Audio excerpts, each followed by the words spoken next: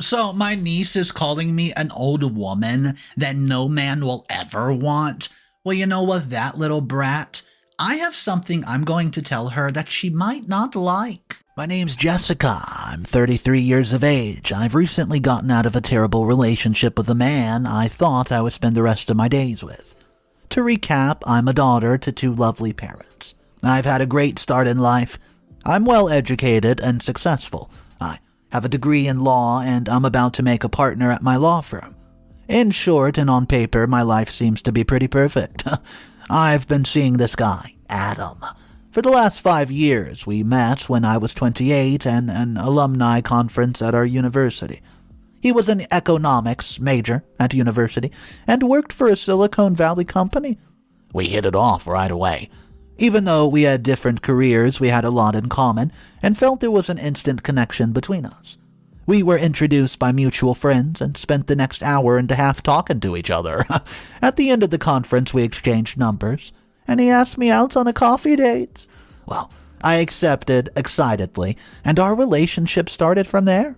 He was perfectly lovely at the start, and our relationship unfolded like a fairy tale dream. I felt that he was perfect. We both had the same quirky taste in music. We loved trying out new stuff. We had a lot of similar opinions about different areas and aspects of life. And our goals in life and plans pretty much coincided with each other. After having dated for 3 years, he eventually proposed to me. Now, I come from a large southern family, and all of them are good-natured and nice, but they're all a little bit too comfortable getting into each other's business, if you know. Which is why everyone knew about our relationship, and by the time we got engaged, everybody had already met him at some time or the other. Everyone really liked him, and we were all super excited for the wedding. Shortly after our 4th relationship anniversary year, I found out that he had cheated on me early on in the relationship, and I'd always felt that cheating was the make-it-or-break-it aspect of a relationship for sure. After Adam found out that I knew about the cheating incident, he immediately apologized and said that it had been an error of judgment on his part. He immediately regretted it and had never thought about doing it again. He had not wanted to spoil our relationship, and at the time, he just refrained from confessing the entire thing. It took me a long time to get over it, but I eventually did. After rationalizing to myself that he seemed so sincere and that everyone made mistakes. Well, get this. Recently I found out that all of his niceness and sincerity was a lie. Adams cheated on me multiple times during our relationship and was continuing to do so at the exact moment right now. I was devastated when I found out. 5 years of my life, which I thought would be the beginning of, well, something great, down the drain. I immediately broke off the relationship, of course, and everybody in the family soon found out.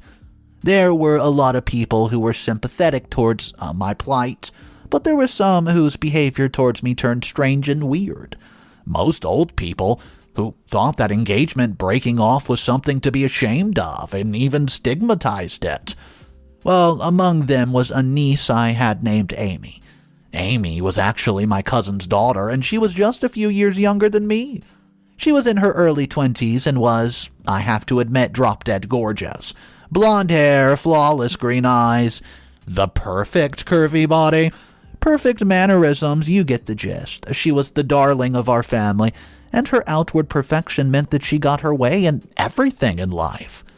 All she had to do was bat her eyes, pout, and say, "Oh, pretty please," and the people just did what she asked them to do. It was no secret that he was kind of spoiled due to this. But everybody regarded as the baby, that's what she was, of the family, and she never got much flack over it. So, Amy, she just finished college and graduated with a degree in fashion design. She had chosen that as her major, and she had dreams of going to Paris and London and creating designer clothing for models. However, she had not been very good at designing clothing, and she had not really put her degree to much use after college. The week I had dumped Adam, I'd gone home to my family in a very sour mood and just stayed there for a while. Amy, who had gone traveling after finishing her degree, had been visiting as well, and She showed up the second day after my arrival with a guy in tow and announced that he was her boyfriend, Jack. Well, Jack was handsome. Fit guy, his 20s. He seemed pleasant, but a little bit too enamored by Amy.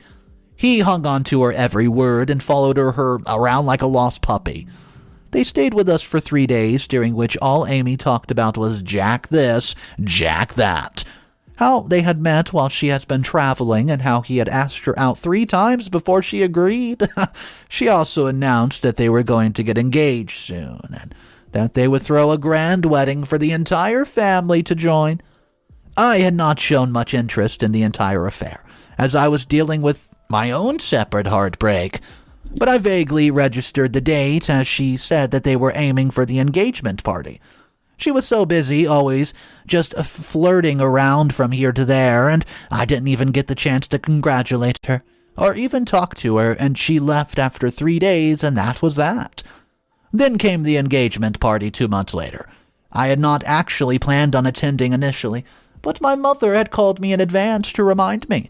I still wasn't doing really well, and I have not dated since Adam, and she thought that it would be a good idea for me to socialize, spend some time with family, and start moving on from my bad relationship. I had agreed with her and vowed to move on. So I bought a new dress and dressed myself up like I would have done before Amy, intent on enjoying the engagement party. Amy was holding the engagement party in the barn of our grandparents' farm. It was a beautiful rustic building. Amy had gone all out and decorated it lavishly, and hired caterers for the event. Everything was beautiful, and the engagement party went fabulous. And then it was time to wish the soon-to-be bride and groom. Well, Amy and Jack had already had a lot to drink, and both were tipsy by the time I reached them to offer my congratulations. I grasped Amy's hand, telling her that she looked absolutely beautiful and that she would make the most gorgeous bride, and that I wished them all the health and happiness for their lives ahead. Amy smiled drunkenly and focused on my face. She suddenly asked if I was Jessica. Confused, I replied that of course I was her Aunt Jessica. She turned to Jack and whispered in a loud voice, "Oh, I really hope that she wasn't going to show up." Jack turned to me asking Amy who I was. Amy said that I was Jessica, the miserable old aunt that she had told him about, whose engagement had just broken off. Amy then gestured to everyone at the party, announcing in a loud voice that I was here. Every eye in the party turned towards us, and Amy drunkenly announced that she had asked her mother to make sure that I was not at the party. But I still shamelessly showed up. Everybody, she proclaimed loudly, I gotten jilted recently and was here to bring bad luck upon her and her fiancé. Jack chimed in, saying that Amy was right. A broken engagement was something to be ashamed of, especially at my age, and that I should have thought twice about showing up. He said that earlier he had told Amy to not mind if I showed up, as I would be wallowing in misery and probably needed something to cheer me up. But to come like this, all dolled up after such a bad breakup, had opened his eyes. This way, he said, turning to me, I was only embarrassing myself and creating a scene at their engagement, and Amy then told me to leave the party in front of everyone. Embarrassed, I ran out as fast as my little feet could go. Unable to believe what had just happened, I had not thought that anybody was going to treat me this way. And to say that I was the jilted one when the entire family knew that Adam had been the one to cheat, that was just plain nasty of Amy. I ran onto the driveway where the cars were parked, sobbing loudly. As wrong as I knew I was, I felt ashamed of myself. Maybe it was all because of me. Why had I come in the first place? I should have known better. Then I heard footsteps behind me, and I turned back to see Jack standing there. His tie was open, and he was breathing hard. He didn't seem to be so drunk anymore. So I just turned away, intending to run and hide to save myself from humiliation. He called to me to wait, please, and that he needed to talk to me. Facing away from him, I asked him what he wanted. He said that he was sorry about what happened back at the party, and he said that he had too much to drink, and that, coupled with Amy's words, had made him act that way. He said that he did not know what had come over him, and that he knew that he acted like a fool. He said that everything that he had said and everything Amy had said had been cruel and wrong and that they should not have acted that way. He apologized for his part in the whole ordeal and asked me to please come back to the party so that he could apologize in front of everybody. Well, I was still too hurt and shaken by what happened to listen to anything he was playing with a rational mind. I yelled at him to get away from me, and that I did not want to hear anything he had to say, and that I could not bear to be near his selfish butt for another minute. I warned him to stay far away from me in the future and not to talk to me ever again. With that, I got into my car and I drove off. Later, my mother called me to apologize, telling me that it was all her fault and that she had insisted that I come to the engagement party in the first place. She also told me that family members had cautioned her not to invite me, but that she had gone ahead and invited me anyways. I reassured her that none of it had been her fault and that it was Amy and everybody else who were the problem, not her. She asked me to come back home to my grandparents' farm where all the family was gathered still. She said that I was still her baby and that she wanted me to stay with her for a while until things settled down. She said that she knew it would be hard on me to face the family after what happened at Amy's engagement party, but she wanted everything to be smoothed over as soon as possible. The family was family no matter how they sometimes acted, and they needed to get used to me in my single state again. I realized that she made sense, Back in the city, all I had was a tough job and a lonely apartment. Besides, I had a lot of vacation days that I piled up at the firm, which I'd been saving up to spend time with Adam. Since that wasn't going to happen now, I might as well use up my vacation days to spend time with my mother. And so, I applied for a leave of absence from work, citing personal reasons, and moved back into the family home for 2 months while the family prepared for Amy's wedding to Jack. My self-esteem had taken a hit after the whole engagement incident, but I wasn't going to let anything get me down again. I had nothing to be ashamed of, and nobody, least of all selfish, spoiled Amy, was going to change that for me. I'll update you guys in just a little bit. Update number 1. My arrival back at the family house was a little awkward, to say the least. There were a lot of family members gathered there who had yet to leave, and a lot of them, apologized to me when they saw me for not intervening in the whole incident. A lot of them said that Amy was in the wrong, and she should not have done what she did, and a lot of the others thought, they gave me the cold shoulder and acted like Amy had been right with what she said. Amy herself acted like nothing happened. She did not acknowledge what happened at the party and made no mention of it when my mom included her in the conversation with me on my first day here. Well, she mostly just ignored me and gave me a strange look. Most of the family members gathered there left in a few days, leaving me, my parents, and Amy's immediate family inside the house. A week after my arrival, Amy announced that Jack was going to come stay with them till the wedding, as his home and his family were in Australia, and he didn't really have a place to stay until the wedding. The older elders were delighted to hear that, and the wedding preparations began in full swing. After Jack arrived, he tried to talk to me a few times, but I shut him down fast. He kept attempting to talk to me and include me in a conversation with the family. I finally had enough, and one evening, while we were all sitting in the living room after dinner, he asked me for my input on something related to the wedding. I snapped at him. I told him to keep his questions to himself and that I had no interest in helping plan his stupid wedding. Everybody was shocked, including Amy, but nobody said anything. Jack seemed embarrassed and looked away, and I got up and left the room, not knowing how to act. I felt bad later on when I ran over the whole thing. After all, the guy had apologized to me after the incident and had been willing to do it again in front of everyone. He had tried to be nice to me multiple times here as well, and I had to shut him down coldly every single time. I resolved to be a bit nicer to him in the future. The next day, Jack said that he was driving into town for some grocery supplies, and I offered to tag along, with the excuse that I needed something from one of the stores nearby. Once inside the car, I told him that it was my turn to apologize, and that I've been wrong to snap at him in front of everybody when all he had done was be nice to me since he had come here and tried to make up for his past actions.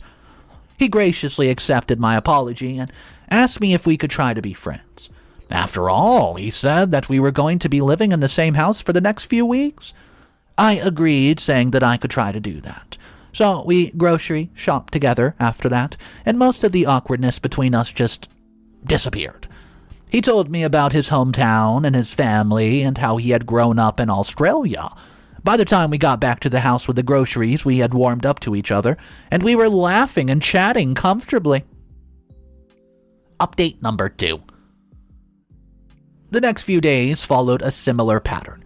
Amy was always busy either hanging out with her girlfriends or going to these fittings with her mother, planning her bridal shower, or going to pick out the cake, etc.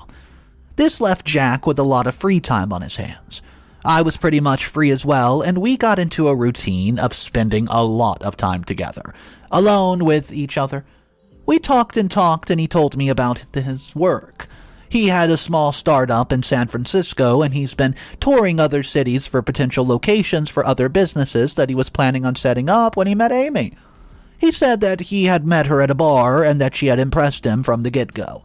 She had seemed really nice and polite when he had first met her, and, well, I teased him that he probably didn't think that way anymore after what had happened at the engagement party. Well, at that, guys, he grew really uncomfortable and laughed at the whole thing. But his hesitation gave me pause, as if he was really considering that Amy was a lot different from how she had seemed initially. In the coming days, we spent every spare moment together, discussing every random topic that came up. We swapped our taste in music, and I forced him to listen to country songs that I liked. In turn, he made me listen to rock and R&B. We talked about our taste in books and video games, and I told him about all the cafes and restaurants I like to visit in my city. He told me about the house in the countryside his parents still lived in, and where he had grown up, and about growing up with farm animals. He told me that it was why he and Amy had bonded so quickly, having both grown up in similar environments. Jack was then called away on an urgent business matter for a couple of days in San Francisco. Before leaving, to my surprise, he gave me a long hug and told me that he would really miss me while he was gone. I was perplexed by the incident and did not know what to make of it. A sneaking suspicion came to me that Jack had started to like me in a romantic way. I brushed it off, telling myself not to be a fool, and that I was reading too much into simple gestures of a friendship. I was in a state of constant confusion the 2 days that he was away. So, when he came back, I was resolved to keep my distance and not to think about Jack very much. Update number 3. The day Jack came back, my mother told me that my cousin Mary was coming to visit. She had recently given birth, and due to the timing of her delivery, had been unable to attend Amy's engagement party, so she was coming over to make up for it and to congratulate Amy. Mary arrived the next day, hauling along her extremely cute baby, little Sarah, and a truckload of baby stuff. Amy exaggeratedly oohed and fussed over the baby the moment she entered, looking over at Jack and telling him how she wanted one just like Sarah. Jack seemed a little uncomfortable with the whole situation. The next day, Mary went out with my mother to run some errands, leaving little Sarah behind with me. Jack and Amy. There was no one else in the house, and we were sitting in the living room, and I was busy on my phone. Amy was holding Sarah on her lap while she and Jack watched TV. Suddenly, Amy made a loud noise of disgust and picked Sarah off her lap. Jack asked her what had happened. Amy angrily said that Sarah had pooped her diaper and it's leaking. So she picked up the baby and just plopped her down on the cold wood floor. Hard. Sarah began to cry. Jack, angry, asked Amy what she was doing, and Amy replied that she wasn't going to touch Sarah until she got cleaned up. Jack told her to get up and change her diaper, if that was the case. Amy starts yelling at him that it was disgusting, and she wasn't changing Sarah's diaper, and if he was so concerned, he could do it. Baby Sarah. She just kept crying, and so on. I picked her up and took her upstairs to change her diaper. After she kept crying, I ended up calling Mary. While Mary was on her way back, I changed the baby's diaper myself. Halfway through the nappy change, Jack entered the room. He started to apologize once again for Amy's behavior, saying that he didn't know what had come over her. I sarcastically said that she seemed to only like babies if they sat there looking cute, but she did not like doing any of the work involved with raising a baby. Well, Jack then said that he thought that he was coming to realize that was exactly what Amy was like, and as long as it was convenient, she didn't have to do any heavy lifting in regards to herself. He stood there watching for a few minutes me. Then he said that I looked like I was really good with babies.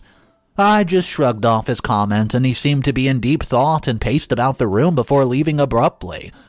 When Mary came back, Jack told her the entire incident before I could even get a word in.